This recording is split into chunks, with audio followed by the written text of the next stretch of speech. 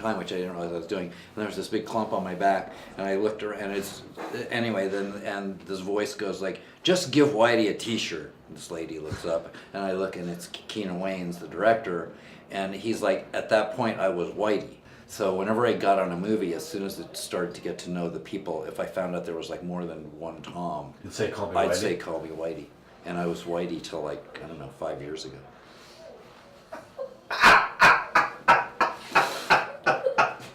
That's the best story we've ever heard. Yeah, I just, you know.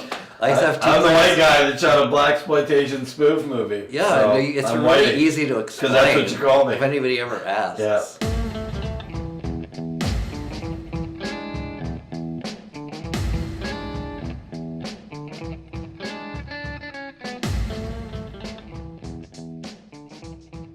You shot one of my... Okay, so I'm going to name 3 films of yours from the scope of time from 1988 to 1993. 5-year span. Okay? I'm just going to name the 3 films. I'm going to tell you why I'm naming them. Stand and Deliver. Edward James Olmos. Yeah. Giving a tour de force performance that most people don't realize. You can hold that performance up against Emma Thompson in Sense and Sensibility. You can hold it up against Jack Nicholson in 5 Easy Pieces. You can hold it up against anything, right? I'm Gonna Get You Sucka. One of the first blaxploitation farce, you know, Zucker Brothers style spoof movie. Killing Zoe, Roger Avery's independent film breaking away from his Tarantino days and making his own movie.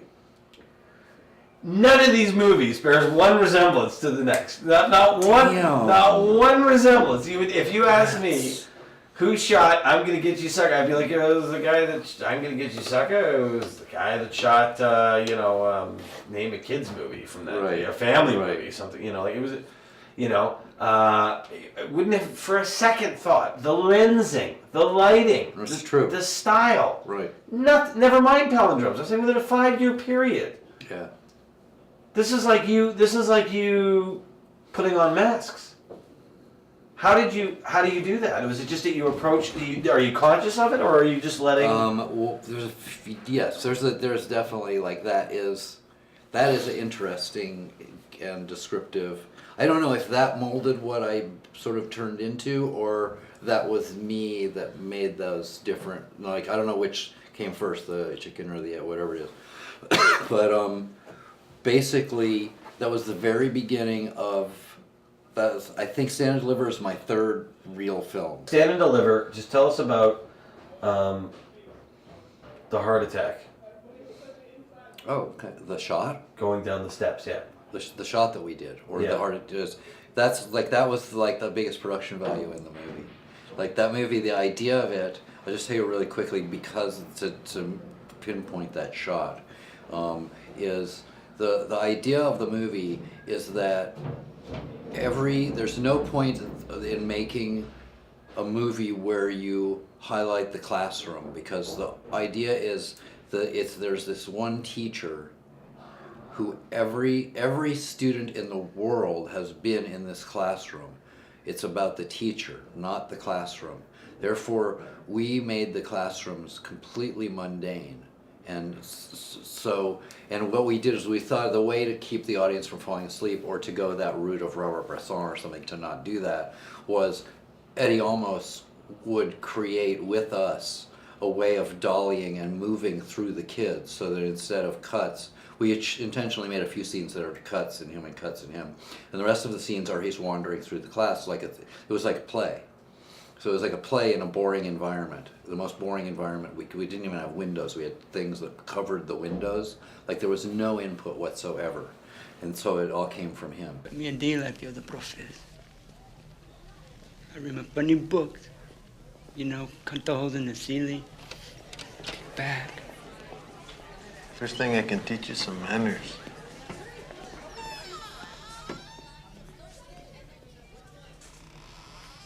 I wouldn't do that if I was you. Might lose a finger, I won't be able to count to 10.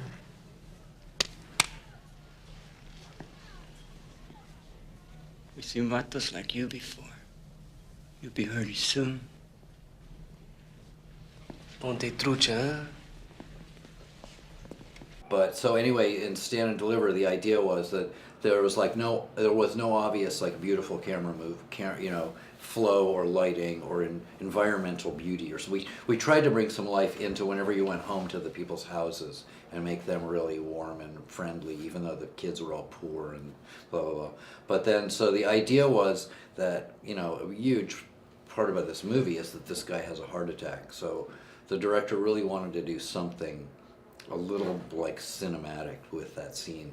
So basically he also didn't want any cuts. So there's this thing called a barber baby boom, which could fit in you built it and put the camera on the end, and then you operated it, I think, from the camera. I've forgotten. I don't think it had wheels or anything on it.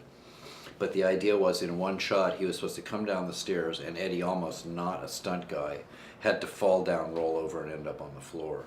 And so the trick was, first of all, I mean, it wasn't easy actually to light that, because I can't even remember now. It's like, because he goes, how does the camera how do you do dramatic lighting in that environment and not have the camera make a shadow at some point in your shot? And that took a while. But then also I hadn't really used that tool before, so, and you were operating? Yeah. And So- when you got it, and you had the take, what did you go through seeing that happen? I mean, for me, it was just relief because it was so technically difficult, and we were all. I mean, Eddie almost actually was more of a family person. He was part of your family, but he was also an amazing actor, and you knew he was doing something a little bit risky, really. He also had like a toupee, so like I suppose he could have like hurt. There was a million. It was taking something that was all pure drama and had to be technically correct. And the technically correct part was really hard for me. So, and if you see this scene, you'd be like, oh yeah, it's sort of a cool shot. It isn't like, oh my God, how did they do that? I'm Gonna Get You Sucka. Probably watched it 20 times. Okay? I would tend to think, making this movie, that it's very nerve-wracking to think, how do I get the tone? And here you have a spoof movie from a black writer-director who I think has some name in show business by virtue of the fact that he's been, developing a New York street name or a Los Angeles street name. He had a TV show. Or he was a character. Living Color came after. Oh, that's after. Yeah. Right, no, it came out of that. That's correct, because that has a lot of the same actors. So I guess that's about 50 cents a rib, huh? Yeah, about. Let me get one. Right on. One order. One order ribs. No. One rib. One rib. I sure am hungry. Best death ever.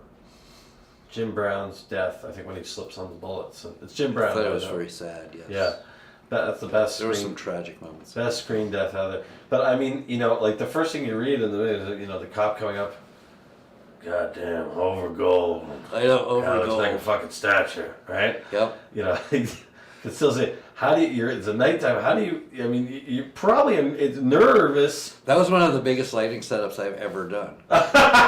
It was, do you remember? It starts with a crane shot coming into a city street. We lit it, that scene is like a movie, like a scene from a big cop movie, and it ends up in this idiotic, little conversation about too much gold chains. I know, but they unveil it, and you have to make it clear that there's a body of a black man covered in gold. Yes, which you just read it and think it's really funny, and then you're like, how do you actually film that? You're like a fucking statue.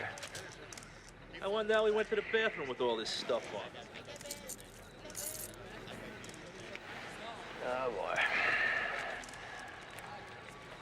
It was weird being the white DP on that movie, but I finally found my place when they were selling. We shot in George Jefferson's club. The Jefferson show. That guy owned a club, and that's where we shot the Pimp of the Year scene.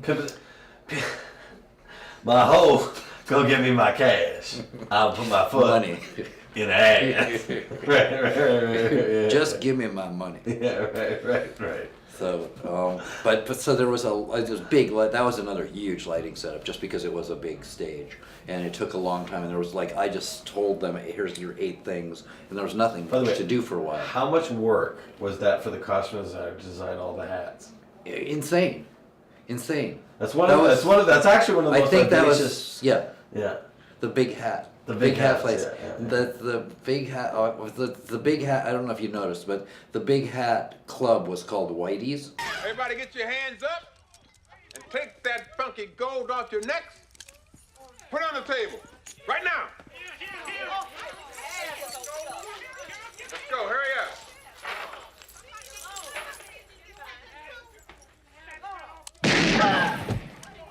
So, Killing Zoe almost had an aesthetic, like it looked like it was trying to be low rent, like very, very simple.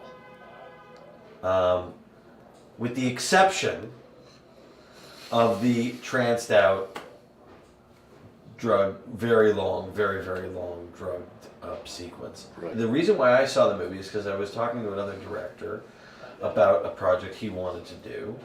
And he said, we were talking about a script or something like that. And he said, have you seen Killing Zoe?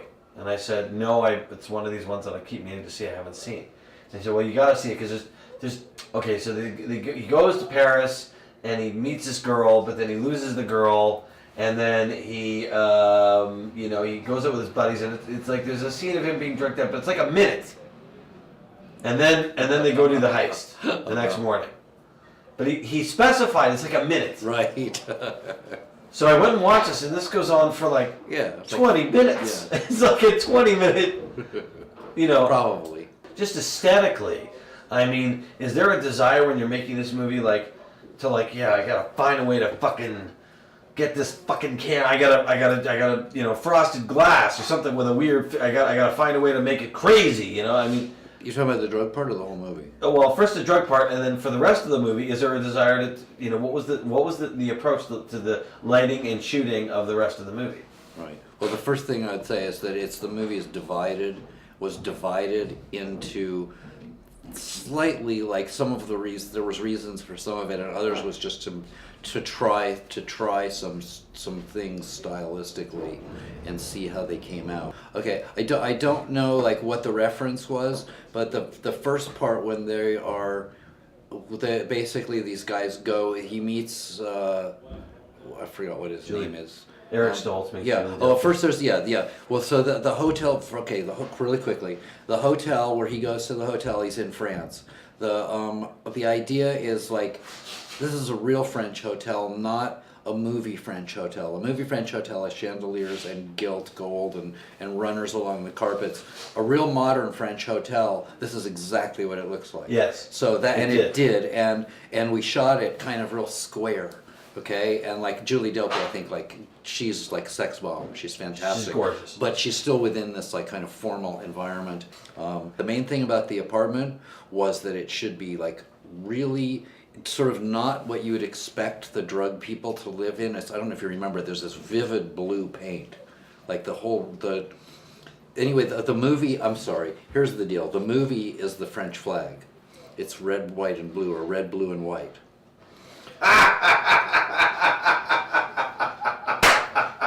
Oh, that's like a magic trick. You got me. That was it. I didn't see it because the whole bank is red. Yep. And the whole trip out. The whole trip out is that I don't know. That's I think that was blue. That's very no. blue. Well, it starts out super blue, but down in the basement, then that's its own thing. But the rest of the movie is all white, red, and blue. So I think the hotel at the very beginning, it's he's just frosted, he's sitting in a car and it's just white with his face. So, but this is the director telling me things. When I met with him, he's the movie was going to be like the French flag, and I'm okay, that's interesting. Was Roger Avery good to work with in terms of phenomenal. The making of that film was easy. You'd never say a movie's easy. But we were the two movies I was on the most the same page that I can think of was Little Odessa and Killing Zoe. Little Odessa, Killing Zoe is the only movie we finished early. Like the last day was a half day because we were just so like, we know so well what to do. And just all of a sudden it was lunchtime, we're done. It was like, I just remember that, I'll never forget. Wait, so we gone from being thieves to murderers? Oh, fuck! It doesn't matter. Here you get the death penalty just for robbing a federal bank. Yeah, I thought they abolished the death penalty. Oh, that's what they tell you, so who cares? I need to take a piss. But there's two other cool things about Killing Zoe. Yeah. 3. One, the main thing is that the whole drugged out section, that was, the idea was like, what can we do that you haven't, how do we describe drugs? How do we describe heroin, or just like heroin / no sleep / just gone somewhere else? But I had seen enough movies with drugs, and I'm sure he had too, that we knew that no matter what you did in our experience, to me, all it was like, oh, here's the drug scene. Yep. And it looked like movie equipment had been attempted. It's like trying to bend something that, and you can't, it won't bend. All you can do is put something on top of it, or change the color of it, and you have to tell them, this is a drug scene. It won't feel like a drug scene in real life, of course, but it is, right? Yeah, you'll buy that. Yeah. And it's like, when's that going to be over? Okay, next scene. But what we found out, or what he found out, is like, and we would have accepted something like that, except for that, right at that time, this Claremont, which is a big rental house in LA, found, they took these lenses and basically invented what's called swing and tilt lenses, which now they have swing shift and tilt shift and all this stuff. But he built 2 sets of lenses, which were he made them for commercials, because just like a 4x5 camera that has a bellows, it's like if you point a camera down here at a whole bunch of products on this table, and you point it like this, these products will be in focus and these products won't. Yes. But if you tilt the the bellows and parallel it to these objects, then they'll all be in focus. So you're changing the focal plane. Like if I point a camera, the normal focal plane is there, but I can make the focal plane like that. So you can do that to make a whole bunch of things in focus. You can do it to make a pyramiding building straighten out. That's what it's for. That's what he created them for high-end commercials. Well, Roger Avery heard about him because there was an article about the new Coen Brothers movie, whatever it was at that time, I don't remember. And they had rented Miller's Crossing, or they had rented one of these sets of lenses. So Roger's like, Coen Brothers are renting these lenses. You go, Tom, go check out the other set. Learn how to use them, and we're going to use them. I was like, okay. I have no idea what they do. I don't know. We didn't know what he's talking about. So I went over there with a friend and sort of learned how to use them, and found out that just like you can make everything perfect that's wrong, you can completely ruin something that's normal and just mess it up. So I learned as much as I could, and there are no adjusters on there that have any key marks of any kind. There's like 4 ways that you can tilt and shift the lens, but there's no way to mark it. So every time you do it, it's different. So, and also it takes a lot of exposure out of the picture, and they're shooting film, not digital.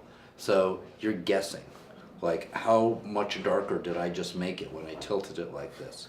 And then there's no way. Feels like Stop and a Half to Me. As soon as you take the bellows and do this and then do that, there's no way a focus puller can figure out what your focus is, because your focus plane is over there somewhere. So you got to pull your own focus. So we're in a dark room pulling my own focus and doing the tilting myself. And you have no idea what's going to come out of it. And I assume it's going to come out great, because if I thought anything else, I would have killed myself. It's like we shot in there for 2 days and didn't get to see anything until we were done. And thank God it mostly came out really cool. And you could see through the camera, but there was no way to measure what the exposure was. And so, and we didn't want to, we were both, I mean, he told me, you can't use a lot of light. I mean, one thing would have been to do the light that you could have been able to tell much easier. But the ice, I don't know if you remember, that place is almost black. It looked black, yeah, it was quite stunning, actually. Like, the whole sequence is quite stunning. And one thing, the effect of it is that, yes, you're disturbed from it, but after you settle into the sequence, you kind of feel like you're in it. Good. You just feel like you're in it. You just feel like Well, that's the thing I liked, is that because that's what I was saying before about, normally people have tried to do things with filters mostly, or post effects, and they always, they just don't, you aren't in it.